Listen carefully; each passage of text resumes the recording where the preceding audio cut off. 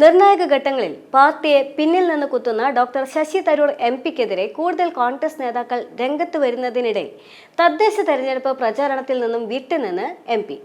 പഞ്ചായത്ത് തെരഞ്ഞെടുപ്പിനായി രാഷ്ട്രീയ നേതാക്കളും പാർട്ടികളും ഒന്നടങ്കം തയ്യാറെടുപ്പ് നടത്തുമ്പോഴാണ് തരൂരിന്റെ അസാന്നിധ്യം തിരുവനന്തപുരത്ത് ചർച്ചയാവുന്നത്. 2024 ലോക്സഭാ തെരഞ്ഞെടുപ്പിന് ശേഷം 2-3 തവണ മാത്രമാണ് എംപി മണ്ഡലത്തിലെത്തിയത് എന്ന ആരോപണവും ഉയർന്നു വരുന്നുണ്ട്. കോൺഗ്രസ് വർക്കിംഗ് കമ്മിറ്റി അംഗമായ തരൂർ തെരഞ്ഞെടുപ്പ് പ്രക്രിയകളിലോ സ്ഥാനാർത്ഥി നിർണയത്തിലോ ഒരു പങ്കും വഹിച്ചിട്ടില്ല. കഴക്കൂട്ടം, വട്ടിയൂർക്കാവ്, തിരുവനന്തപുരം സെൻട്രൽ, നേമം എന്നീ അസംബ്ലി മണ്ഡലങ്ങളിലെ വാർഡുകൾക്ക് പുറമെ കോവളം മണ്ഡലത്തിലെ 4 വാർഡുകൾ കൂടി ഉൾപ്പെട്ടതാണ് തിരുവനന്തപുരം കോർപ്പറേഷൻ.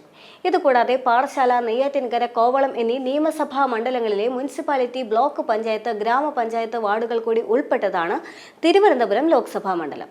പാറശാല നിയോജക മണ്ഡലത്തിൽ 9 പഞ്ചായത്തുകൾക്ക് പുറമെ 2 ബ്ലോക്ക് പഞ്ചായത്തുകളും ഉൾപ്പെടുന്നുണ്ട്.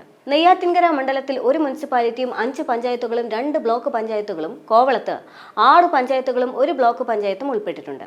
ശശി തരൂരിന്റെ വിജയത്തിന് നിർണായക പങ്ക് വഹിച്ച പ്രാദേശിക നേതാക്കളുടെ തെരഞ്ഞെടുപ്പ് ഘട്ടത്തിൽ അവരെ തിരിഞ്ഞു നോക്കുന്നില്ല എന്നാണ് വിശ്വപൗരനെതിരെ ഉയരുന്ന ഒരു പരാതി.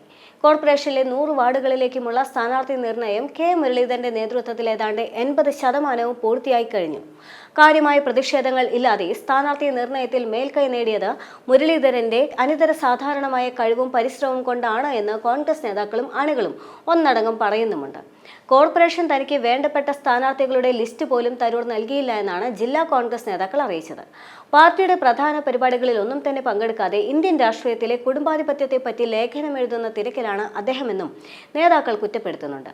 കോൺഗ്രസിനൊപ്പം നിന്നുകൊണ്ട് എല്ലാ സൗഭാഗ്യങ്ങളും നേടിയ ശേഷം പാർട്ടിയുടെ നന്ദികേടാണ് കാണിക്കുന്നതെന്ന് അഭിപ്രായപ്പെടുന്നവരും കോൺഗ്രസിനകത്തുണ്ട്. ഹരിയാനയിലെ വോട്ട് ചോരിയെക്കുറിച്ച് വെളിപ്പെടുത്തലുകൾ രാഹുൽ ഗാന്ധി നടത്തിയിട്ട് 2 ദിവസം കഴിഞ്ഞിട്ടും തരൂർ അനുകൂലമായോ പ്രതികൂലമായോ പ്രതികരിച്ചിട്ടില്ല എന്നതും യാഥാർത്ഥ്യമാണ്.